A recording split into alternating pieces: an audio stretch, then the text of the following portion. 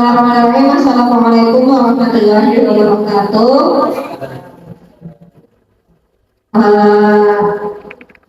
Terima kasih saya ucapkan kepada Bapak Ibu yang sudah berhadir hari ini pada kegiatan diseminasi budaya positif. Nah, jadi hari ini saya akan menjelaskan tentang apa itu budaya positif. Kemudian nanti kita akan melakukan diskusi juga dan ada kegiatan untuk membuat keyakinan kelas. Oke, kita mulai ya Bapak Ibu ya. Oke.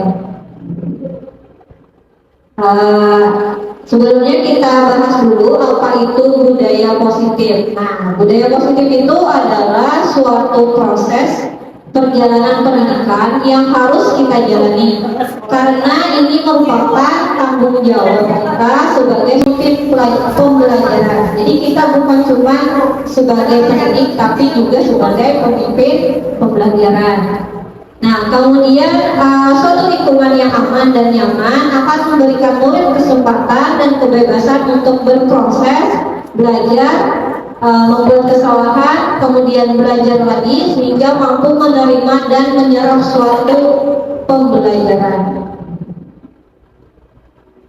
Nah, adapun nanti yang kita bahas di sini tentang konsep inti budaya positif, materinya itu ada tentang perubahan paradigma belajar, kemudian tentang nilai-nilai kebajikan, motivasi perilaku manusia, dan juga ada tentang keyakinan keras, disiplin positif, juga kebutuhan dasar manusia, posisi kontrol tubuh, dan segitiga restitusi.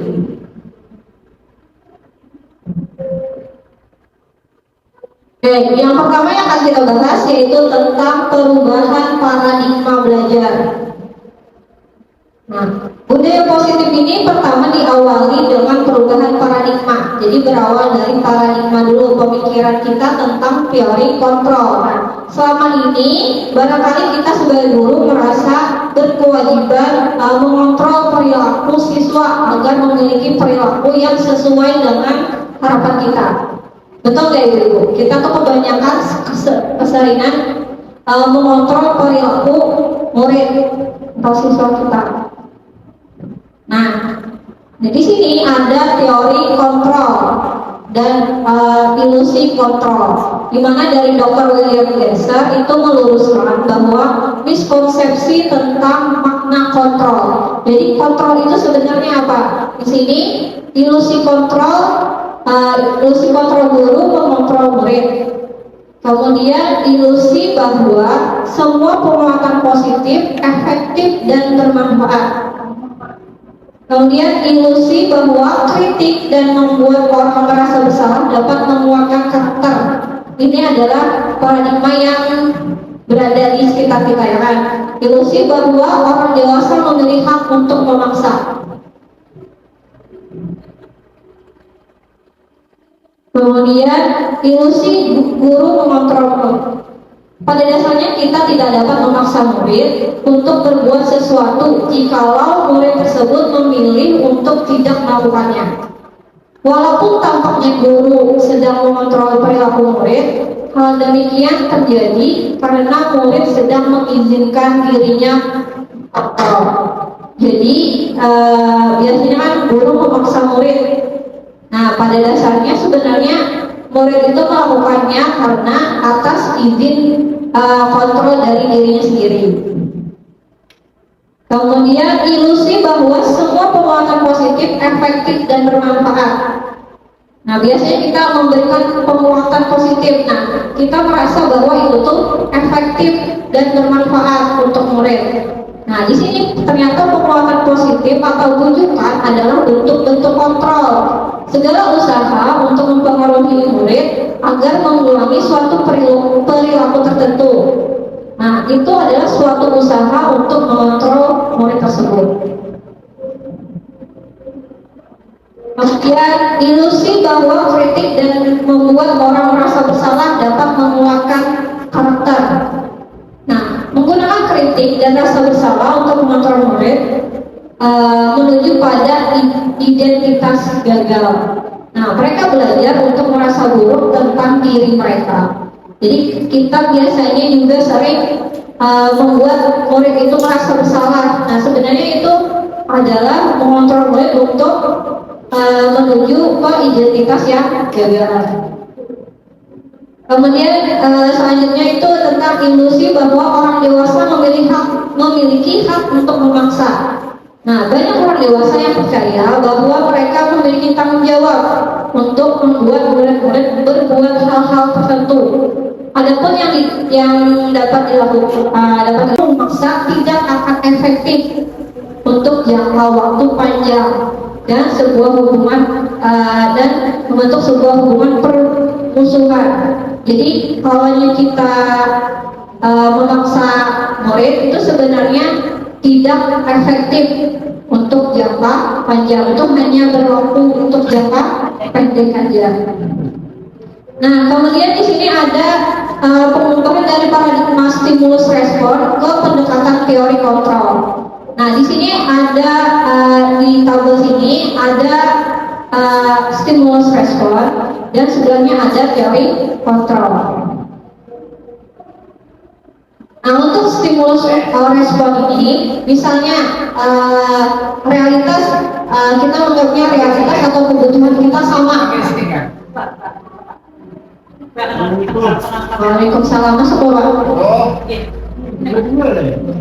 Ya, silakan dulu Pak, di sini kan, depan Pak.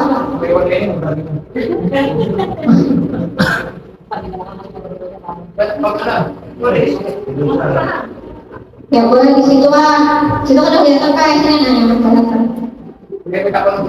Boleh Pak, tapi bantu dijawab ya. Oke, kita lanjut tentang mengubah paradigma stimulus respon ke pendekatan teori kontrol. Nah, ini tentang stimulus respon, tentang teori stimulus respon. Mungkin pernah belajar tentang teori belajar. Nah, ada tentang stimulus respon. Nah, menurut teori stimulus respon itu bahwa realitas atau kebutuhan kita itu sama. Nah, tapi menurut teori kontrol ternyata realitas dan kebutuhan kita itu berbeda. Kemudian menurut stimulus respon juga semua orang melihat hal yang sama. Tapi menurut teori kontrol setiap orang memiliki gambaran berbeda.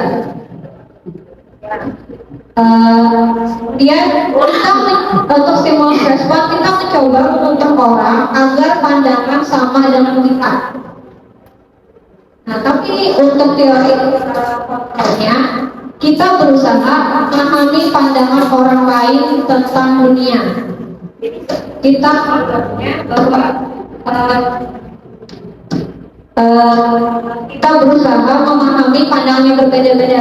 Orang memiliki pemikiran dan pandangan yang berbeda.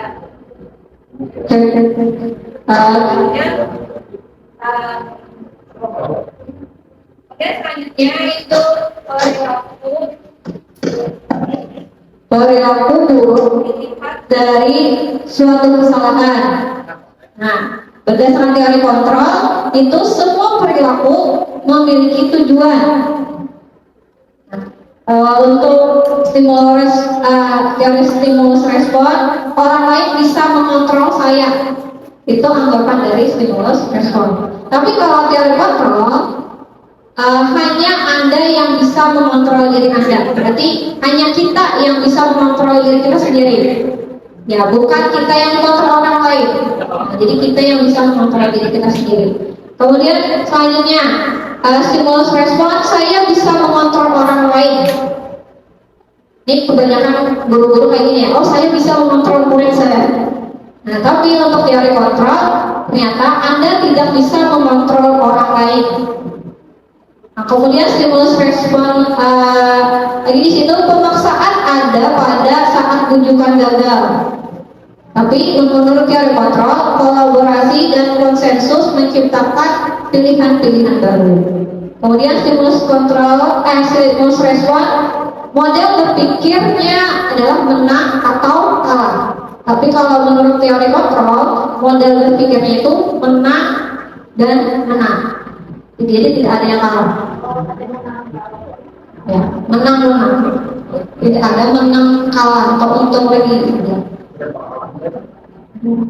Kemudian, bagaimana seseorang bisa berubah dari paradigma stimulus respon kepada pendekatan teori kontrol? Nah, menurut di sini menurut Stephen R. Covey itu bila kita ingin membuat kemajuan perlahan sedikit-sedikit, ubahlah sikap atau perilaku Anda.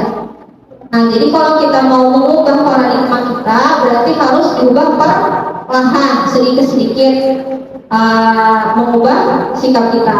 Kemudian, namun bila kita ingin memperbaiki cara-cara utama kita, maka kita perlu mengubah kerangka acuan kita. Nah, ubahlah bagaimana Anda melihat dunia, bagaimana Anda berpikir tentang manusia, ubahlah paradigma Anda, skema pemahaman dan penjelasan aspek-aspek tertentu tentang realitas. Jadi yang diubah adalah cara kita melihat dunia, cara kita berpikir dulu. Artinya pikir kita dulu yang berubah. Pola pikir kita juga paradigma kita dulu yang diubah pertama. Kemudian perbedaannya nih, stimulus respon dengan teori kontrol. Kalau pendekatan stimulus respon itu cenderung melihat perilaku seseorang sebagai reaksi langsung terhadap rangsangan eksternal.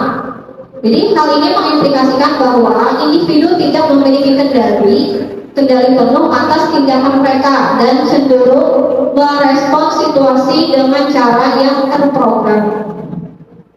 Kemudian untuk teori kontrol, di situ pendekatan teori kontrol ini mengajarkan kita untuk selalu berpikir dan menerapkan sikap positif sehingga akan memberikan dampak positif pula dalam jangka panjang. Nah, kemudian di sini jadi stimulus respon itu seolah-olah orang lain itu dapat kita kontrol, dapat kita kendalikan sehingga kita dapat mengubah seseorang menjadi apa yang kita inginkan. Ya, jadi ada stimulus dan respon. Kemudian kalau teori kontrol itu sangat bertolak belakang. Sesuatu yang sedang kita kontrol sebetulnya tidak dapat kita kendalikan. Nah, karena yang dapat mengontrol itu adalah dirinya sendiri, bukan orang lain. Nah, jadi kita, baiknya sikap kita seperti apa? Kita harus memiliki suatu pola pikir yang lebih tertata lagi, agar kita mampu berusaha memahami pandangan orang lain tentang dunia. Jadi, kita tidak bisa mengontrol orang lain karena mungkin pandangannya berbeda, pemikirannya berbeda, makanya kita tidak bisa mengontrol orang lain. Kita pun harus memahami jika seseorang berbeda pandangan dengan kita. Nah, serta tidak memaksakan pandangan kita kepada orang lain. Nah, itu yang dimaksud dengan teori kontrol. Kemudian ini pembelajaran baru. Nah, pembelajaran dalam paradigma baru ini adalah sebutnya kurikulum merdeka, yang mana pembelajaran yang berorientasi pada penguatan kompetensi dan pengembangan karakter yang sesuai dengan dimensi Pancasila, profil pelajar Pancasila. Itu beriman, bertakwa kepada Tuhan Yang Maha Esa dan berakhlak mulia, mandiri, bernalar kritis, kreatif, bergotong royong, dan berkebinekaan global. Nah, itu tadi tentang paradigma tentang stimulus respon dan teori kontrol. Baik Bapak Ibu, kita lanjutkan lagi tentang disiplin positif. Nah, sekarang kita bahas tentang disiplin positif. Apa itu disiplin positif? Yaitu suatu pendekatan untuk menerapkan disiplin dari dalam diri anak tanpa hukuman dan hadiah. Nah, disiplin positif ini perlu diterapkan baik dalam lingkungan keluarga maupun lingkungan sekolah. Nah, dengan menerapkan disiplin positif diharapkan tindak kekerasan dapat dihindari. Nah, pertama kita bahas dulu disiplin. Disiplin itu banyak orang-orang memaknainya sebagai sesuatu yang dilakukan seseorang pada orang lain untuk mendapatkan kepatuhan dan memiliki kecenderungan ketidaknyamanan serta sering dihubungkan dengan kata tertib yang berkaitan dengan sanksi dan hukuman yang melanggar bagi yang melanggar. Dan biasanya disiplin itu karena biasanya ada yang tidak nyaman ataupun atau takut karena ada hukuman. Nah, ternyata di sini pengertian disiplin adalah berdasarkan Suhajar Dewantara itu untuk mewujudkan murid yang merdeka.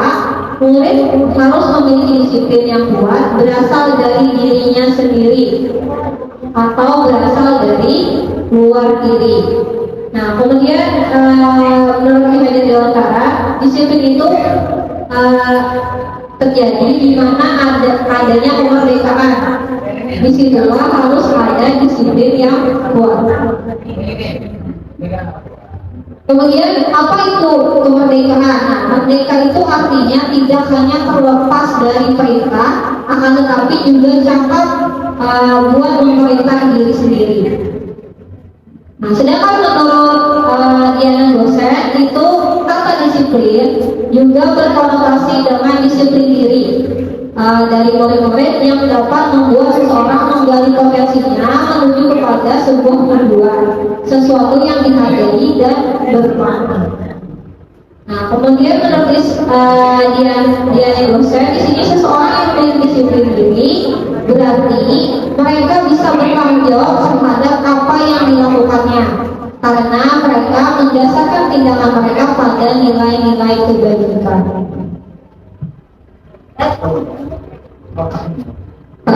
Kemudian simpulan dari dua pendapatan ini, dua teori bahwa murid memiliki disiplin positif akan memiliki motivasi internal yang tinggi dalam menguasai diri untuk melakukan tindakan yang sesuai dengan nilai-nilai kebajikan universal. Nah, sebagai pendidik, tugas kita adalah membimbing siswa untuk memiliki disiplin diri yang berasal dari dirinya sendiri. Nah, siswa dalam memiliki disiplin positif tidak terlepas dari motivasi yang ingin dicapai oleh siswa itu sendiri. Jadi biasanya mereka melakukan disiplin positif itu karena ada motivasinya. Nah, kita pelajari apa sih motivasinya. Nah, bahwa siswa itu biasanya melakukan sesuatu atau seseorang melakukan sesuatu itu karena ada motivasinya. Nah, motivasi itu biasanya berkaitan dengan bagaimana kita berperilaku, mengapa kita melakukan segala sesuatu. Itu berarti motivasi kita. Apakah kita melakukan sesuatu karena adanya dorongan dari lingkungan atau dari dorongan yang lain. Nah, itu yang dimaksud dengan motivasi. Nah, di sini ada untuk pikiran yang putih. Yang sudah diberikan itu diisi dengan peraturan, misalnya peraturan di kelas tidak boleh terlambat, atau tidak boleh makan dan minum saat belajar, atau harus memperhatikan guru, ya. Awalnya sudah ditulis, nanti ditempelkan di kertas di depan. Motivasi perilaku manusia. Yang pertama, motivasinya untuk menghindari ketidaknyamanan atau hukuman. Ini kayaknya sering kita akan lihat bahwa ini adalah ternyata motivasi kata yang terendah. Nah, motivasi tingkat rendah ini biasanya orangnya itu akan bertanya, apa yang akan terjadi apabila saya tidak melakukannya. Kemudian sebenarnya orang yang pada motivasi ini mereka sedang menghindari permasalahan yang mungkin muncul dan berpengaruh pada mereka secara fisik, psikologis maupun tidak terpenuhinya kebutuhan mereka. Nah, bila mereka tidak melakukan tindakan tersebut, motivasi ini sifatnya adalah eksternal. Kemudian motivasi selanjutnya yaitu untuk mendapatkan imbalan atau penghargaan dari orang lain. Jadi dia mau melakukan sesuatu kalau ada hadiahnya atau ada pujiannya, ada penghargaannya. Nah ini motivasi satu tingkat di atas lagi. Nah biasanya orang yang pada motivasi itu akan bertanya, apa yang akan saya dapatkan apabila saya melakukannya? Kemudian di sini mereka juga melakukan sebuah tindakan untuk mendapatkan pujian dari orang lain yang menurut mereka itu penting dan mereka letakkan dalam dunia berkualitas mereka. Nah, mereka juga melakukan sesuatu untuk mendapatkan hadiah, pengakuan atau imbalan. Nah, motivasi ini juga termasuk motivasi eksternal. Kemudian motivasi yang ketiga itu untuk menjadi orang yang mereka inginkan dan menghargai diri sendiri dan nilai-nilai yang mereka percaya. Nah, orang yang pada motivasi ini dia bertanya akan menjadi orang seperti apa apabila saya melakukannya. Nah, mereka melakukan sesuatu karena nilai-nilai yang mereka yang mereka percayai, dan mereka melakukannya karena mereka ingin menjadi orang yang sesuai dengan nilai-nilai yang mereka yakini. Nah, motivasi ini yang akan membuat seseorang memiliki disiplin positif karena dia bersifatnya adalah bersifat internal, berasal dari sendiri. Motivasinya berasal dari dirinya sendiri. Nah, motivasi perilaku manusia adalah motivasi positif yang harus ditanamkan pada murid itu adalah motivasi yang ketiga, yaitu untuk menjadi orang yang mereka yang inginkan dan diri sendiri dengan sesuai nilai-nilai yang percaya. Kita harus menanamkan motivasi nilai-nilai kebajikan yang mana itu berasal dari dirinya sendiri. Kenapa? Karena dengan motivasi tersebut mereka telah memiliki motivasi intrinsik. Nah, yang berdampak jangka panjang, motivasi yang tidak akan terpengaruh pada adanya hukuman atau hadiah. Nah, mereka akan tetap bergerak berbagi dan berlandaskan nilai-nilai kebajikan karena mereka ingin menjadi orang yang menjunjung tinggi nilai-nilai yang mereka hargai. Nah, kemudian ini kita membahas juga tentang kebutuhan dasar manusia. Untuk kebutuhan dasar manusia ini, seluruh tindakan manusia itu sebenarnya memiliki tujuan tertentu. Dan semua yang kita lakukan adalah usaha terbaik kita untuk mendapatkan apa yang kita inginkan. Nah, ketika kita mendapatkan apa yang kita inginkan, sebetulnya itu kita sedang memenuhi satu atau lebih dari kebutuhan dasar kita. Nah, ketika seorang murid melakukan suatu perbuatan yang bertentangan dengan nilai-nilai kebajikan atau nilai-nilai lainnya, maka hal tersebut itu dikarenakan mereka gagal mendapatkan kebutuhan dasar mereka. Nah, adapun kebutuhan dasar manusia itu yang pertama kebutuhan bertahan hidup atau survival. Nah, di sini kebutuhan itu bersifat fisiologis untuk bertahan hidup, misalnya tentang kesehatan, rumah ataupun tentang makanan. Itu berarti kebutuhan bertahan hidup. Kemudian kebutuhan kedua yaitu tentang cinta dan kasih sayang, kebutuhan untuk diterima. Nah, kebutuhan ini adalah kebutuhan untuk mencintai dan memiliki meliputi kebutuhan akan hubungan dan koneksi sosial, di mana kebutuhan ini untuk memberi dan menerima rasa sayang dan kebutuhan untuk merasa menjadi bagian dari suatu kelompok. Jadi kebutuhan untuk merasa diterima, diterima oleh lingkungannya. Kemudian yang ketiga, penguasaan. Masa ini adalah kebutuhan pengakuan atas kemampuan. Nah, kebutuhan ini berhubungan dengan kekuatan untuk mencapai sesuatu, yaitu menjadi kompeten, menjadi terampil, diakui atas prestasi dan keterampilan, didengar dan merasa memiliki rasa harga diri. Nah, kebutuhan ini meliputi keinginan untuk dianggap berharga. Nah, bisa membuat perbedaan, bisa membuat pencapaian, kompeten, diakui ataupun dihormati. Jadi dia merasanya pengen dihargai, gitu, yang diakui. Nah, kemudian untuk kebutuhan mendasar selanjutnya itu yang keempat, kebebasan, yaitu kebutuhan untuk memilih atau kebutuhan akan pilihan. Nah, kebutuhan untuk bebas ini adalah kebutuhan akan kemandirian, otonomi, memiliki pilihan dan mampu mengendalikan arah hidup seseorang. Kemudian kebutuhan kelima yaitu tentang kesenangan, kebutuhan untuk merasa senang. Nah, kebutuhan untuk mencari kesenangan, bermain dan tertawa. Nah, anak-anak ini biasanya ingin memiliki apa yang ingin menikmati apa yang dilakukan mereka. Mereka juga memiliki konsentrasi yang tinggi saat mengerjakan hal yang disenanginya. Nah, mereka suka permainan, suka mengkoleksi barang, suka bergurau, bercanda, kemudian dan juga suka menggunakan bahkan bertingkah laku buruk.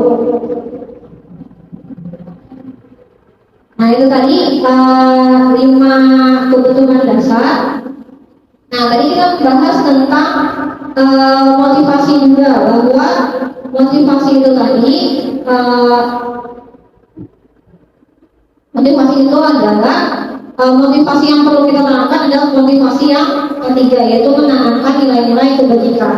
Nah, di sini nilai-nilai kebajikan universal yang itu meliputi seperti keadilan, tanggung jawab, kejujuran, bersyukur, lurus hati, berprinsip, integritas, kasih sayang, rajin, komitmen, percaya diri, kesabaran dan sebagainya. Ini contoh-contoh nilai kebajikan.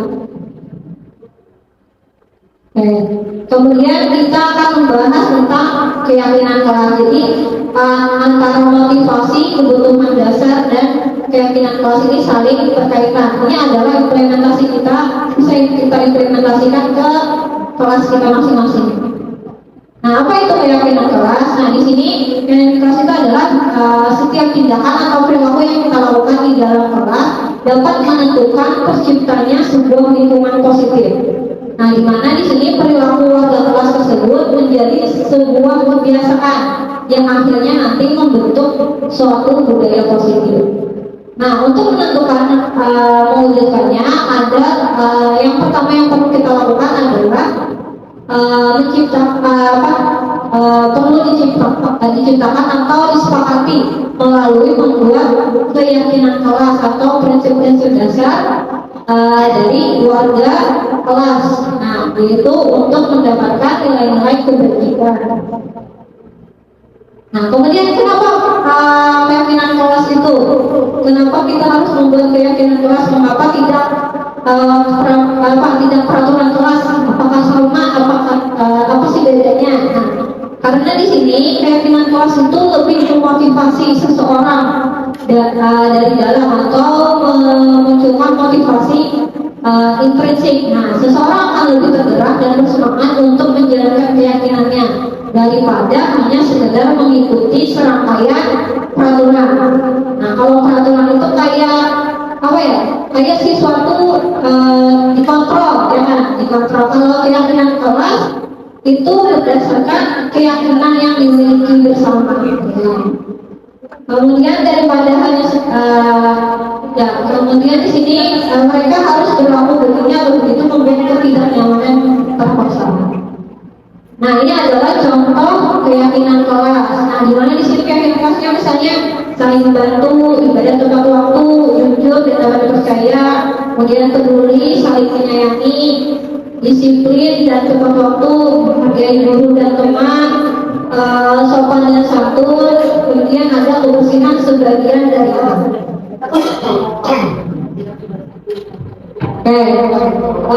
Cara papan tulis nanti caranya yaitu di mana kajian kelas itu tersifatnya lebih abstrak, kemudian dituliskan berupa pernyataan-pernyataan universal, kemudian senantiasa dibuat dalam bentuk positif dan tidak terlalu banyak sehingga mudah diingat. Kemudian sebaiknya sesuatu yang diterapkan di lingkungan sesuai dengan kondisinya. Kemudian semua warga kelas hanya ikut berkontribusi dalam pembuatan keyakinan kelas. Kemudian yaitu selanjutnya bersedia meninjau kembali keyakinan kelas dari waktu ke waktu. Nah, jadi hari ini kegiatan kita yaitu ayo kita membuat keyakinan kelas. Oke, anggap aja kita di sini satu kelas ya. Satu kelas. Jadi kita hari ini membuat keyakinan kelas. Nanti akan saya berikan sticky note. Nanti ibu-ibu, bapak-bapak menuliskan. Pertama itu yang dituliskan adalah peraturan. Kita membuat peraturan dulu di kelas. Peraturan supaya kelas itu bisa berjalan aman dan nyaman untuk belajar. Nah, peraturan-peraturan apa aja biasanya di kelas?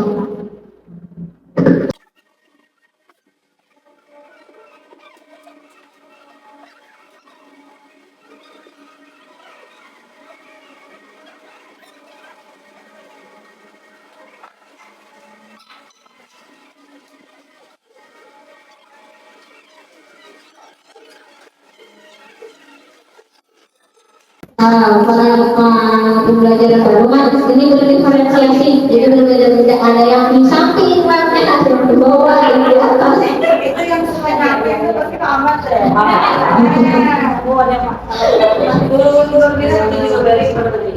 Tetap kita harus sadari dulu. Tetap kita tempel di sini dan kita tinggal. Tergantung kebiasaan hari-hari. Kayak kita bacakan dulu peraturan kelas yang sudah ditulis, yaitu yang pertama tidak boleh melemparkan lelucon secara berlebihan. Jadi bahasanya tidak boleh berlebihan. Kalau misalnya bercanda tidak boleh berlebihan. Lelucon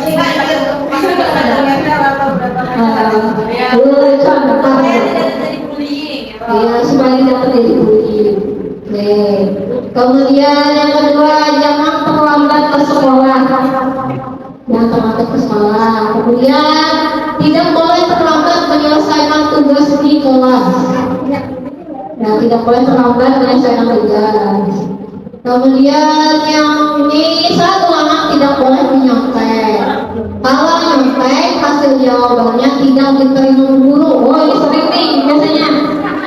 Siapa yang tidak boleh nyontek? Kalau ada yang nyontek, ada yang terima. Nah, biasanya gini gurunya. Kemudian sini tidak boleh makan dan minum saat belajar. Ya. Mungkin di sini tidak boleh terlambat, harus disiplin waktu, tidak boleh berbicara pada saat guru sedang menjelaskan pelajaran. Nah, sama ya tidak boleh terlambat, tidak boleh terlambat. Kemudian datang tepat pada waktunya, waktu belajar tidak boleh ribut ataupun teriak-teriak yang tak jelas. Nah, berarti tadi sama nih, tidak boleh melimpah lelucon secara berlebihan. Ya, jadi kita hubungkan yang biar tidak boleh terlambat.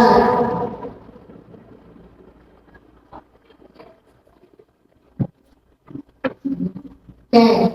Nah, sekarang selanjutnya dari peraturan kelas ini kita akan membuat kalimat positif.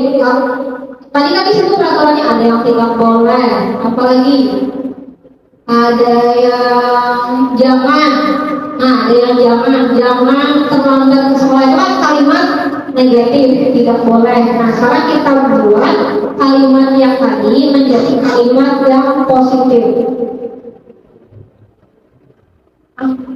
Kalimat positifnya boleh melakukan seperti itu. Ya, berarti kalau tidak boleh terlambat, kalimat positifnya ya datang tepat waktu. Kalau misalnya tidak boleh Tidak boleh melempar tulisan secara berlebihan. Berarti apa kalimat positifnya? Apa? Canda secukupnya. Bercanda. Yang satu. Ya berarti berkata yang sopan. Berkata yang sopan. Yang tidak boleh menyakiti berarti mengerjakan dengan berdiam diri.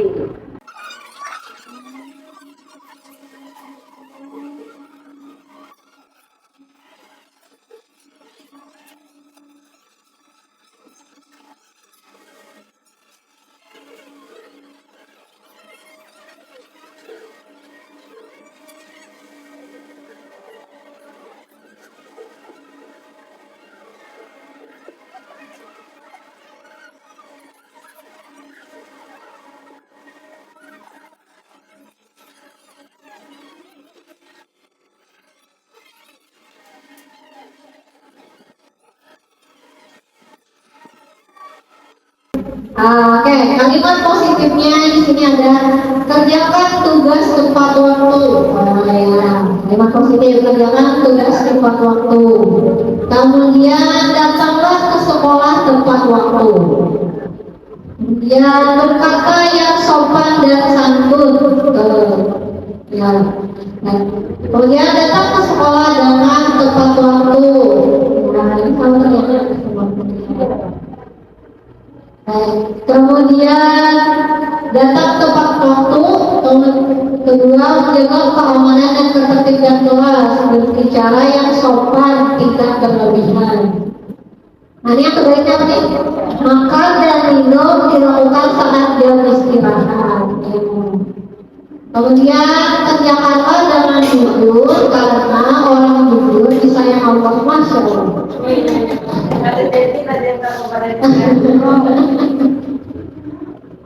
Nah, kita kelompokkan dulu yang datang ke sekolah tepat waktu.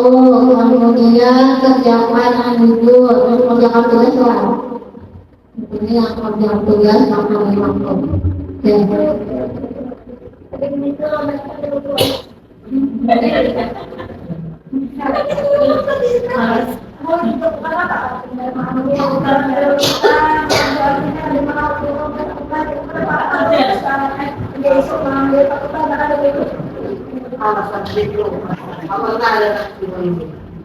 Nah kalau sudah kita melakukan menulis peraturan kelas, kemudian menuliskan kalimat positif. Nah dari kalimat positif itu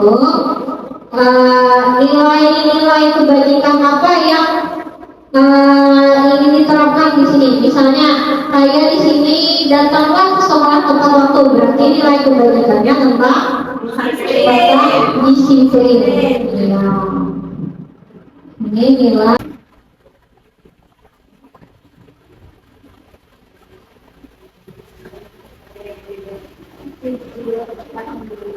Nah, datanglah ke sekolah tepat waktu, disiplin. Bisa kita tolong nih?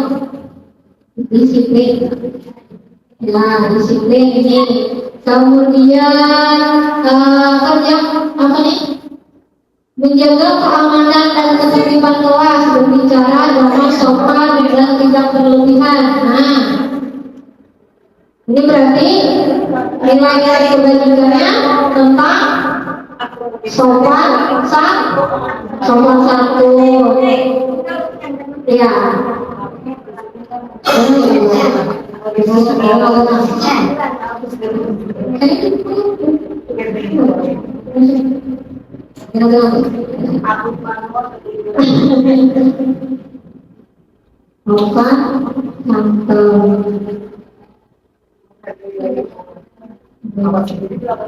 Ya, ini nilai kebajikannya yaitu sopan santun. Kemudian apa Bu Ayu? Iya. Ya, disiplin. Kemudian kerjakanlah dengan jujur, karena orang jujur disayang Allah. Kemudian kerjakan tugas tepat waktu. Ini sama atau tidak? Ya, kalau kerjakan tugas tepat waktu berarti termasuk disiplinnya. Ya, kalau ini kerjakanlah dengan jujur karena orang jujur disayang Allah. Berarti ya, ini tentang kejujuran yang tadi tidak menyontek tadi. Berarti kalimat positifnya itu adalah jujur. Nilai kebaikannya berarti tentang integritas kejujuran aja. Oke, kalau misalnya kita yang sudah bekerja mungkin paham. Kalau anak-anak kita buat kalimat yang lebih sederhana aja, ya kan? Ya,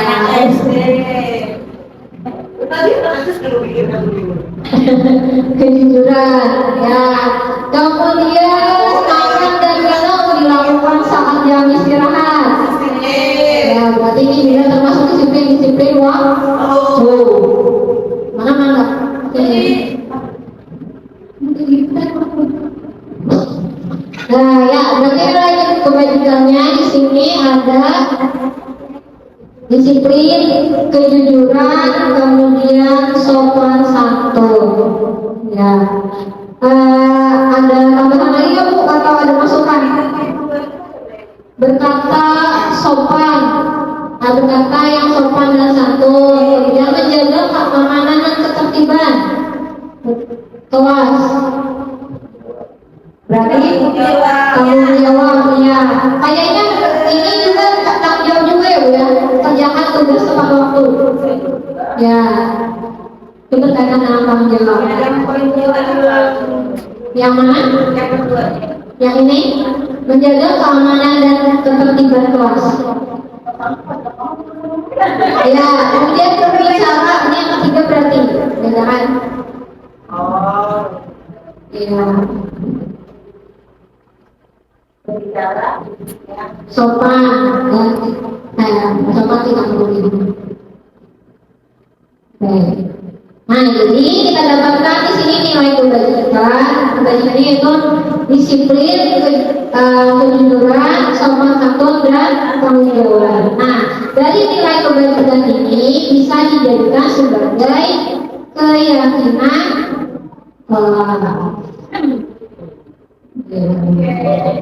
bagaimana kita sepakati? Apakah kita sepakat ini untuk dijadikan keyakinan kelas kita? Tanda tangan dulu.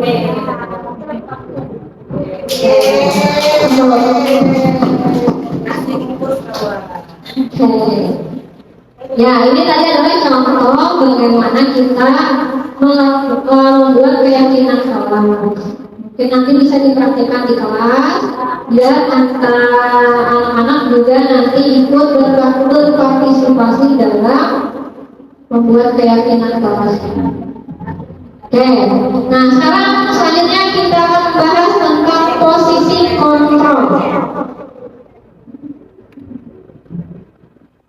Nah, menurut Diana Bosen di sini dalam bukunya yaitu mengungkap bahwa guru itu perlu meninjau kembali penerapan disiplin di dalam ruang-ruang kelas kita selama ini. Apakah sudah efektif? Apakah sudah berpusat memerdekakan dan memandirikan murid?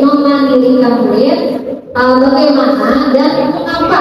Nah, di sini kita akan membahas ada 5 posisi kontrol yang diterapkan seorang guru, bisa juga diterapkan kita sebagai orang tua di rumah ataupun atasan dalam melakukan kontrol kepada karyawan atau bawahnya, yaitu di situ ada 5, ada pembuku, ada pembuat rasa bersalah sebagai teman, monitor atau pemantau, dan juga sebagai manajer.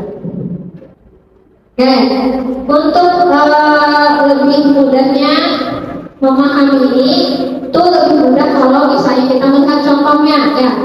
Nah, jadi di sini saya akan mengungkapkan video tentang 5 posisi kontrol guru.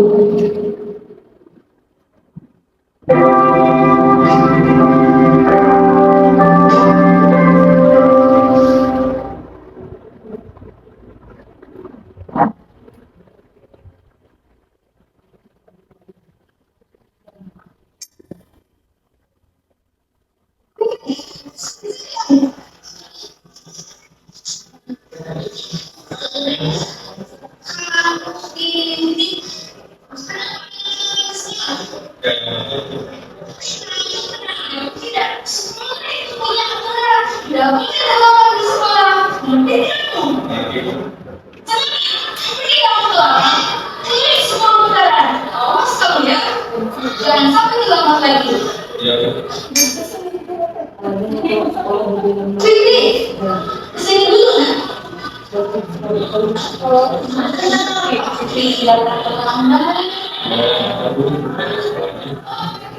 kecewa sekali sama Fikri. Kenapa Fikri hari ini terkesan dan bisa membina Fikri? Ya sudah, jadi sekarang mulai masuk kelas.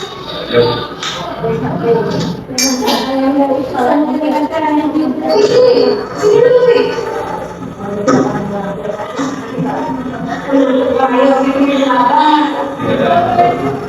Benar begitu. Ya, kalau dulu baik aja jangan lama lagi ya. Kalau gitu, kita balik ke kelas.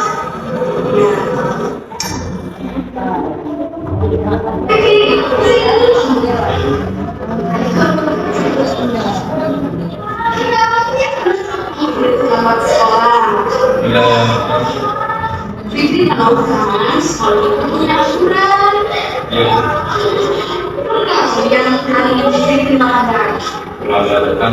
Ya, sebagai konsekuensinya, kalau tidak pernah ke sekolah, sekarang Fikri pergi ke tongkrongan, bersihin tangan kalau sudah selesai, Fikri masuk ke kelas ya.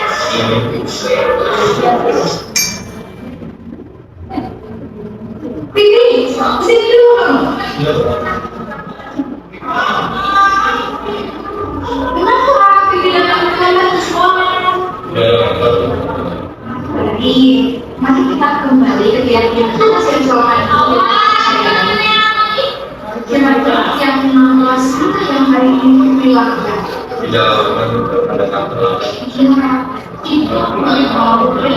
Buang-buang ke sekolah yang melakukan keyakinan aslinya yaitu tidak. Karena Fikri sudah meyakininya, kira-kira Fikri mau memperbaiki.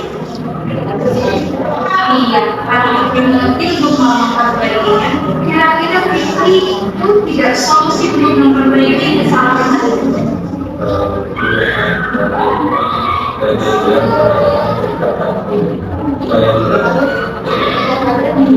Kalau Fikri sudah tahu dari solusi pelanggaran kelas ini, mudah-mudahan Fikri bisa konsisten dengan perbaikannya.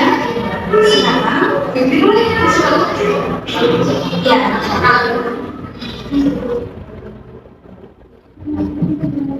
Itu tadi contoh dari 5 posisi kontrol guru. Nah, kira-kira Bapak Ibu berada di posisi yang mana? Guru yang mana?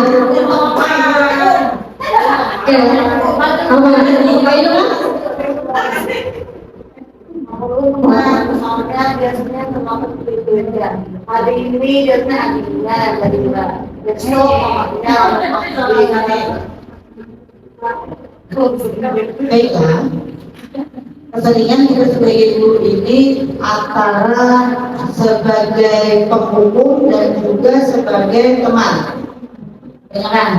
Jadi yang pertama, biasanya kalau ada yang terlambat atau ada yang melakukan kesalahan, anak-anak itu bawaannya pengen marah-marah gurunya. Yang kedua, terkadang juga kita bisa memposisikan kita dengan memaafkan kesalahan itu, sehingga kita merasa bahwa diri anak itu adalah siswa akan menganggap kita teman sebagai guru. Jadi nggak apa-apa juga, guru juga nggak marah, guru juga tidak akan menghukum, tetapi dia akan memaafkan saya melakukan kesalahan atau tidak. Jadi sepertinya masih di proses seperti itu kebanyakan.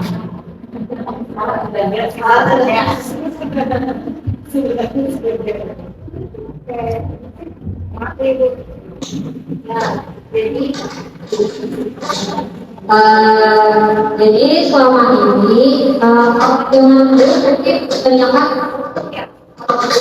kalau terlambat ada hukuman lari atau bersihkan WC. Alhamdulillah sekarang kayaknya sudah tidak ada lagi yang menghukum, tapi sekarang tuh ada yang tadi kata Ibu Ayu teman, sebagai teman, atau juga ada yang masih sebagai juga pemantau. Nah, sebenarnya posisi yang kontrol guru yang baik itu bagaimana? Nah, di sini kita akan membahasnya.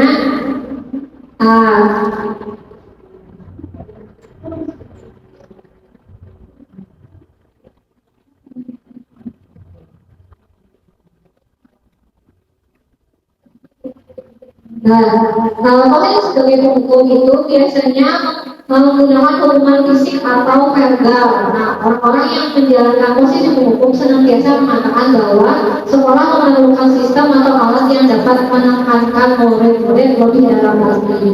Nah, biasanya guru-guru yang menerapkan posisi penghukum tadi berkata lagi, patuhi aturan saya, awas. Jangan terlambat lagi, selalu pasti selalu yang terakhir selesai. Nah ini biasanya marah-marah kali. Nah, guru yang marah-marah berarti termasuk posisi penghukum. Enggak emosi ada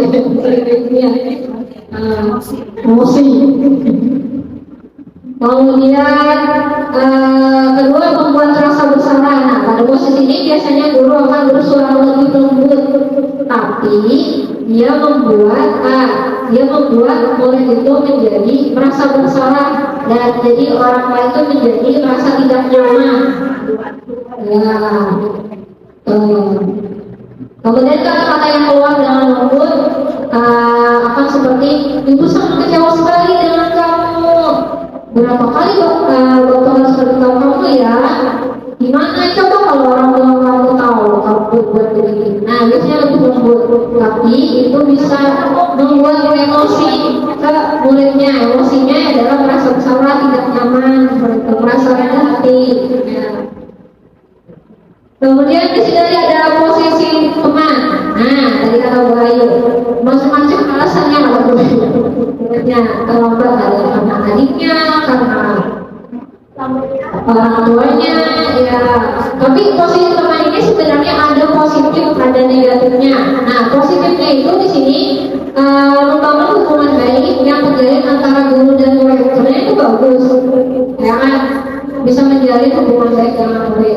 Nah, guru di posisi teman menggunakan hubungan baik dan humor untuk mempengaruhi seseorang. Misalnya, ayo bantulah dari bapak ya, ayo ingat tidak. Ayo ingat tidak bantuan bapak yang salah ini, yang sudah kali ini tidak apa-apa. Itu biasanya teman. Tapi teman itu juga bisa menjadi hal negatif. Nah, bila suatu saat guru tersebut tidak membantu, maka murid akan kecewa. Nah, misalnya di sini murid akan kecewa dan berkata, saya pikir ibu jadi teman saya. Nah, murid merasa dikecewakan dan tidak mau lagi berusaha. Hal lain yang akan timbul adalah murid hanya akan bertindak untuk guru tertentu. Ya, misalnya dia merasa temannya itu Ibu Nina, dia merasa Ibu Nina ini jadi akrab banget sama Ibu Nina. Ya, nanti kalau misalnya dalam guru lain juga, maksudnya tidak sama. Jadi dia berperilaku cuma buat guru tertentu saja. Nah itu negatif. Nah kemudian untuk posisi pemantau.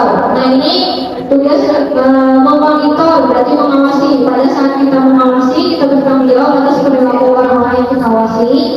Posisi pemantau ini berdasarkan pada peraturan dan konsekuensi. Dengan menggunakan sanksi dan konsekuensi, kita dapat memisahkan hubungan pribadi kita dengan murid sebagai seseorang yang menjalankan posisi pemantau. Nah, biasanya pertanyaan yang diajukan pada murid itu, peraturannya apa? Apa yang kamu lakukan? Sanksi atau konsekuensinya apa? Nah, biasanya seorang pemantau sangat mengandalkan perhitungan catatan data yang dapat digunakan sebagai bukti atas perilaku seseorang. Biasanya dengan menggunakan stiker, catatan, atau daftar cek. Ya, posisi pemantau sendiri berawal dari teori stimulus respon yang menunjukkan tanggung jawab guru adalah mengontrol murid. Nah, kemudian ini posisi terakhir yaitu manajer. Di sini guru berbuat sesuatu bersama dengan murid, jadi murid diikut sertakan. Misalnya persilakan murid mempertanggungjawabkan perilakunya, mendukung murid agar dapat menemukan solusi atas permasalahannya sendiri. Itu. Jadi bukan kita yang mencarikan solusinya, tapi mereka yang kita bantu untuk menyelesaikan persoalannya sendiri. Nah, seorang manajer telah memiliki keterampilan di posisi teman maupun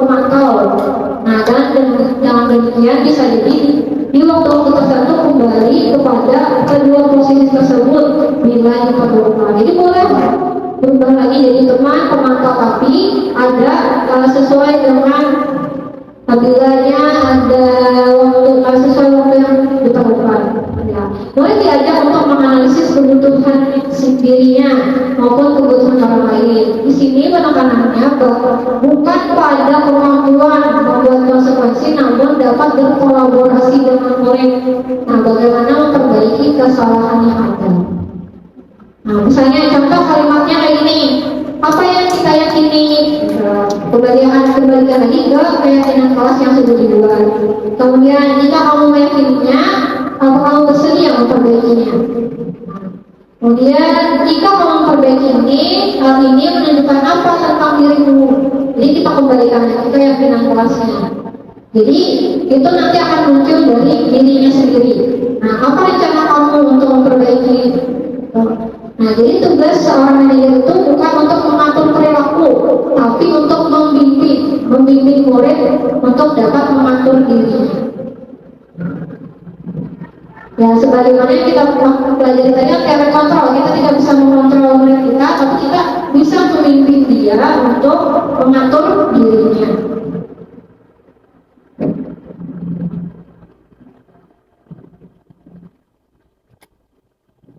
Ya, kemudian di sini,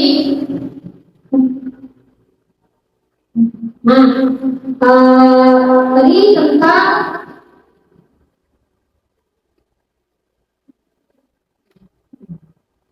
lima posisi kontrol. Nah, kemudian kita akan bahas lagi tentang segitiga restitusi. Nah, ya kan? Dari posisi yang mana? Oh iya, pertanyaan tadi belum terjawab ya. Oke, posisi yang mana yang sebaiknya? Nah, yang sebaiknya itu adalah posisi manajer. Ya, dan itu yang kita membimbing murid, ya kan? Kita membimbing murid untuk mengatur dirinya, bukan kita yang mengontrol dia.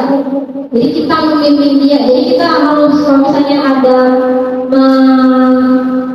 menemui permasalahan murid, kita ajak diskusi. Nah, kita bimbing di situ, kita kembalikan lagi ke keyakinan kelas yang dipercayainya. Nah, kita tanyakan bagaimana kamu sebaiknya, bagaimana ke depan sikap kamu untuk memperbaiki kesalahan kamu hari ini. Nah, kayak gitu. Jadi dia sendiri yang memikirkan. Ya, kita membimbing aja. Kami untuk membimbing dan mengingatkan. Iya. Jadi dia bisa memperbaiki dirinya sendiri. Nah, bagaimana caranya jadi manajer? Yaitu dengan menjalankan segitiga restitusi. Nah, ini sebenarnya masuk ke manajer tadi. Cara jadi manajer yaitu menjalankan segitiga restitusi. Nah, apa itu restitusi? Yaitu adalah proses menciptakan kondisi bagi murid untuk memperbaiki kesalahan mereka, nah, sehingga mereka bisa kembali kepada kelompok mereka dengan karakter yang lebih dulu. Nah, restitusi juga adalah sebuah proses kolaboratif yang mengajarkan murid untuk mencari solusi dari masalah dan membantu murid berpikir tentang orang yang seperti apa yang mereka inginkan, ya, manajernya. Dan bagaimana mereka harus memperlakukan orang lain. Jadi restitusi ini membantu murid menjadi lebih memiliki tujuan, disiplin positif dan memulihkan dirinya setelah berbuat salah. Nah, restitusi ini penekanannya itu bukan pada bagaimana perilaku untuk menyenangkan orang lain atau menghindari dari ketidaknyamanan. Namun tujuannya itu sebenarnya adalah menjadi orang yang menghargai nilai-nilai kebaikan. Nah, sebelumnya kita telah belajar tentang teori kontrol tadi. Pada dasarnya kita memiliki motivasi intrinsik. Jadi kita yang sebenarnya mungkin anak itu punya selama ini motivasinya eksternal, dengan kita melakukan segitiga restitusi mungkin akan keluar nanti motivasi intrinsiknya. Nah, melalui restitusi, ketika mulai berbuat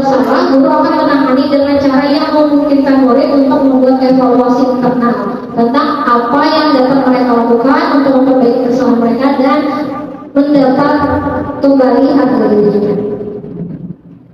Nah, resolusi itu adalah bukan untuk menebus kesalahan, namun untuk belajar dari kesalahan, untuk memperbaiki hubungan. Resolusi juga sebagai tawaran, bukan paksaan. Jadi kita tawar-menawar dan menolak gitu ya. Ya, resolusi itu menuntut untuk melihat ke dalam diri. Resolusi itu mencari kebutuhan dasar yang mendasari tindakan. Resolusi adalah cara yang paling baik, yaitu dengan cara mengeluarkan fokusnya pada karakter muridnya, bukan tindakannya. Kemudian mengembalikan murid pada murid yang berbuat salah pada kelompok. Nah, ini contoh yang saya berikan sedikit di sini. Misalnya kalau misalnya kita di sini ada tabel hukuman, konsekuensi sama resolusi. Misalnya yang pertama, kalau hukuman itu murid atau anak belajar menyembunyikan kesalahan. Nah, kalau konsekuensi itu dia murid belajar taat sama peraturan. Tapi kalau resolusi, murid akan belajar memecahkan masalah. Makanya kita tugas kita memilih mengarahkan dia supaya bisa memecahkan masalahnya. Nah, kalau misalnya hukuman itu kan biasanya mengontrol, kita yang mengontrol murid. Jangan pengumuman negatif, misalnya menghukum lari, jadi penguatannya negatif. Kalau konsekuensi mengontrol tapi penguatannya positif. Kalau resolusi, anak paham bahwa dirinya sendiri yang pegang kendali kontrol. Kalau misalnya hukuman itu dibuat oleh guru, kalau konsekuensi dibuat oleh guru dan murid. Tapi kalau resolusi dibuat dari muridnya sendiri, anaknya sendiri, bukan kita. Iya, dengan penuh kesadarannya juga. Iya, betul. Membangkitkan kesadarannya. Iya, itu yang perlu diubah, betul. Tidak merasa dipaksa, dia kesadaran atas dirinya sendiri, tahu misalnya ke depannya seperti apa yang harus dilakukan, apa yang harus diperbaiki. Ya, ayo kita sama-sama belajar dulu. Ini masih jauh lagi, kayaknya masih banyak lagi yang harus dipelajari. Teorinya mudah, tapi prakteknya berat, tapi tetap baik kita belajar dulu. Ya intinya itu biarkan dia dulu. Jangan dia langsung menyerahkan. Mereka kan ada kalau ini karena sebagai guru itu menjadi pendengar yang baik. Jangan langsung panik naik. Ini kan kalau tidak dia kalau menggunakan apa yang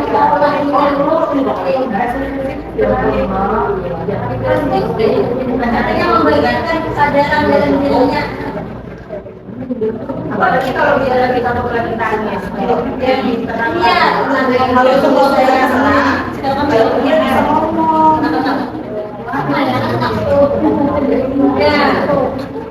Jadi kita belajar sebagai guru, belajar sebagai orang tua juga. Segitiga resolusi itu ya tadi menstabilkan identitas. Nah, yang tadi menjadi identitas gagal, merasa bersalah, nah bisa kita stabilkan identitas. Bahwa setiap orang pasti pernah melakukan kesalahan. Nah, kamu bilang satu-satunya yang pernah melakukan ini. Jadi kita cara menstabilkan ya sama bilang sama murid kita bahwa nggak apa-apa salah, semua hidupnya sama. Kemudian ada validasi tindakan yang salah. Nah, ini supaya mereka menyadari apa tadi tentang kesalahannya. Misalnya, adakah cara yang lebih efektif untuk mendapatkan apa yang kamu butuhkan? Nah, biasanya murid anak itu dia melakukan sesuatu karena ada alasan. Nah, alasannya itu berkaitan dengan kebutuhannya. Misalnya tadi makan dan minum apa tadi? Makan dan minum tidak boleh makan dan minum di dalam kelas kayak. Mungkin sebenarnya ada alasannya, kebutuhannya mungkin apa? Berarti tentang ada kesempatan. ya mungkin dia di rumah nggak sempat sarapan. Berarti kan kebutuhannya tentang kebutuhan bertahan hidup.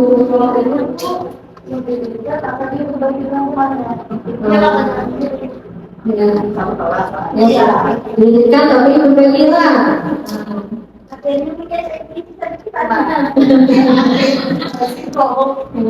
Tapi kalau yang dikembalikan ke nilai kebajikannya, ada dia nantinya tidak bisa menghargai saat posisi dia.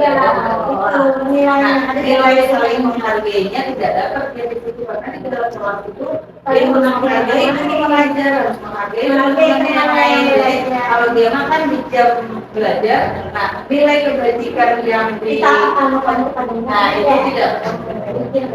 Jadi kita ajarkan hal positifnya itu kan masuk ke benar. Nilai kebajikan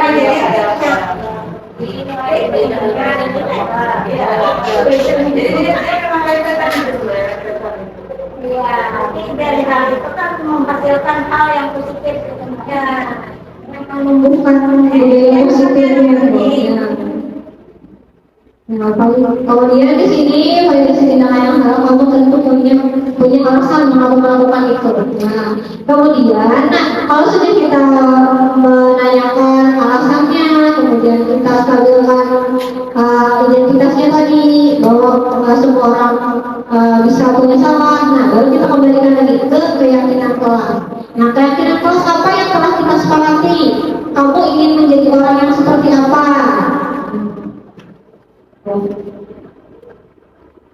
Jadi misalnya tadi pengen menjadi orang yang disiplin. Jadi kalau pengen orang yang disiplin, berarti makan dan minumnya harus sesuai waktunya. Ya waktunya tadi disiplinnya berarti makannya boleh waktu istirahat. Tidak boleh waktu belajar. Ya dari penyampaian saya tadi, apakah ada yang mau ditanyakan oleh ibu-ibu atau ada tanggapan? Ya, dipersilakan. Awal.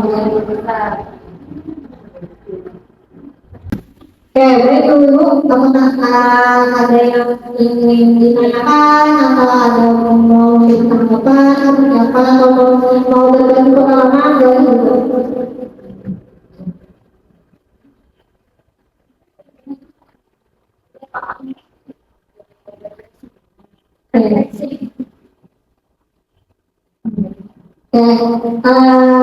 Untuk memberikan referensi juga boleh, silakan.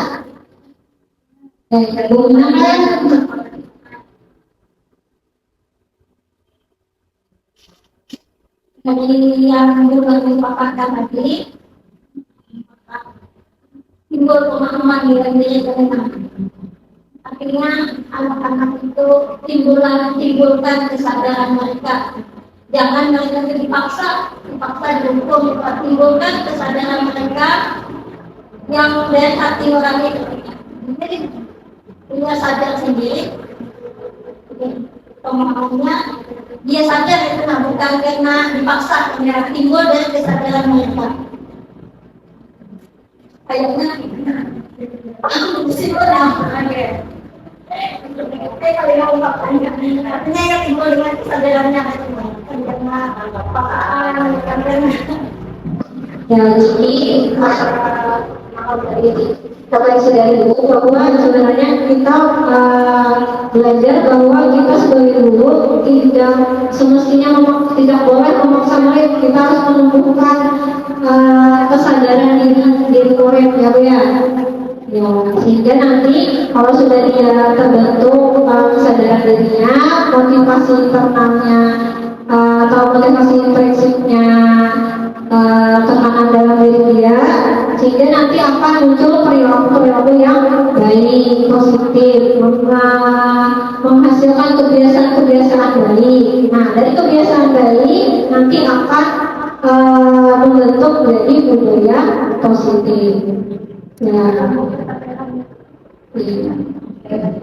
Oke, boleh Ibu nanti Ya, terima kasih dari paparan yang Ibu Novi sampaikan tadi. Saya jadi lebih memahami dan lebih tahu bahwa yang selama ini sering menggunakan peraturan kelas, ternyata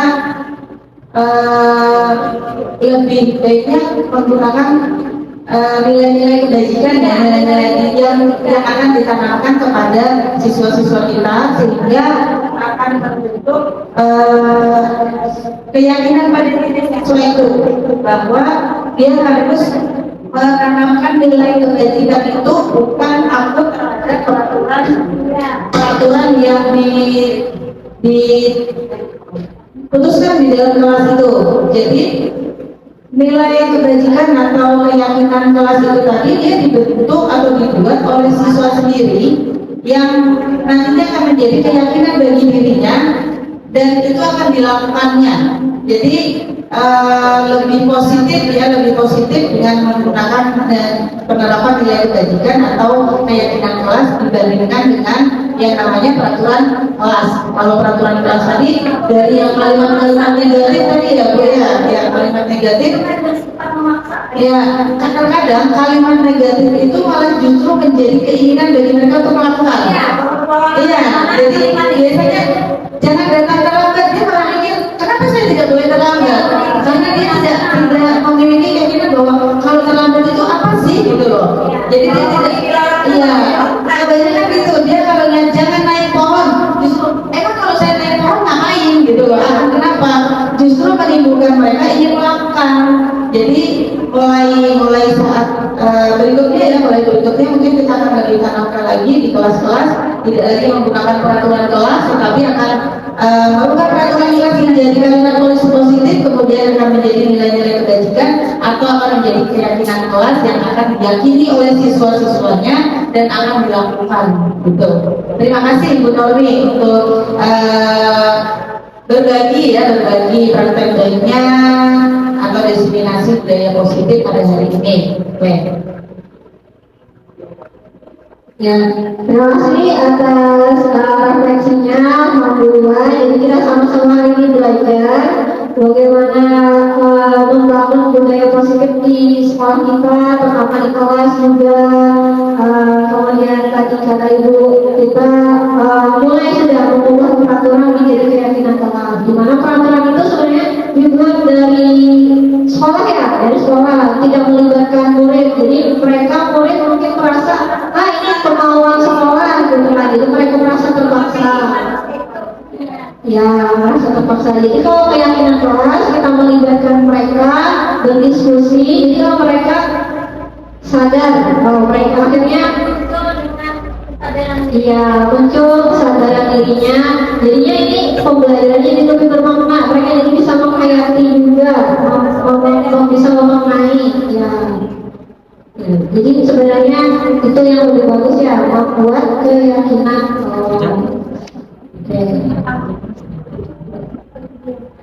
Ya, terima Ibu. Ya, jadi tugas kita tadi, ya, mempraktekkan restitusi juga.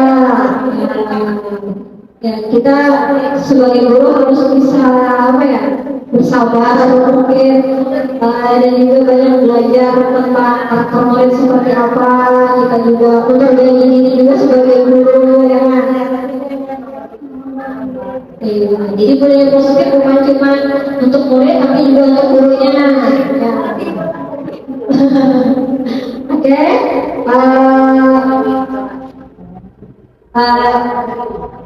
Mungkin ini saja yang dapat saya sampaikan hari ini tentang budaya positif. Semoga kita kedepannya bisa menerapkan apa yang sudah kita pelajari hari ini.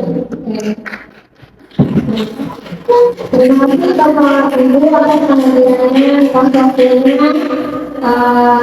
Saya akhiri. Wassalamualaikum warahmatullahi wabarakatuh. Waalaikumsalam warahmatullahi wabarakatuh.